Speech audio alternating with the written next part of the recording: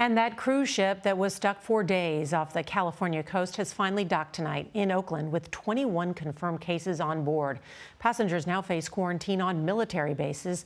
The coronavirus outbreak is forcing local governments all over the country to make tough decisions. We just learned Boston has canceled its St. Patrick's Day parade. We've got more now from Carter Evans. Tonight, more than 2,400 passengers who've been isolated in their rooms for 4 days are beginning to disembark from the Grand Princess. Look at that, they got security out.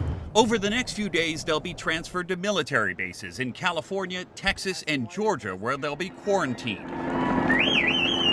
International passengers will take charter flights to their home countries. As for the more than 1,100 crew members, so far at least 19 are infected, and all will be quarantined on the ship. They've got a hell of a logistic problem. We spoke to Wayne in June Holland as the ship docked in Oakland.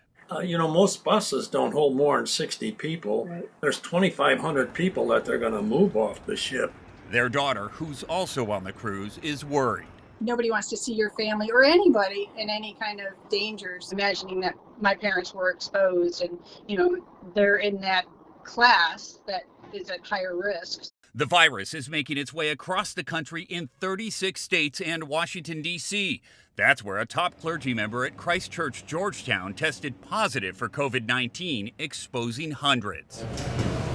And concern is increasing in New York City tonight, with the chairman of the largest public transit authority in the nation telling New Yorkers, if you can get around without riding the subway, do it.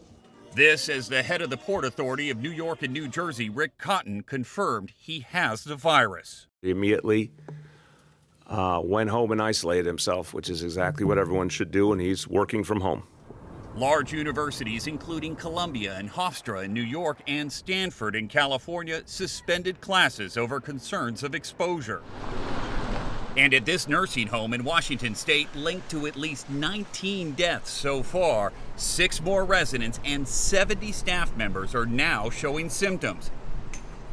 Passengers on the Grand Princess behind me will be screened before they leave the ship. The focus initially will be on people who require immediate medical attention. Now, anyone who's coughing or someone with a fever, they're going to have to wear surgical masks and use a separate gangplank from the rest of the passengers. The goal is to have everyone off the ship and in quarantine within the next 3 days. Nora? An incredible development there. Carter, thank you.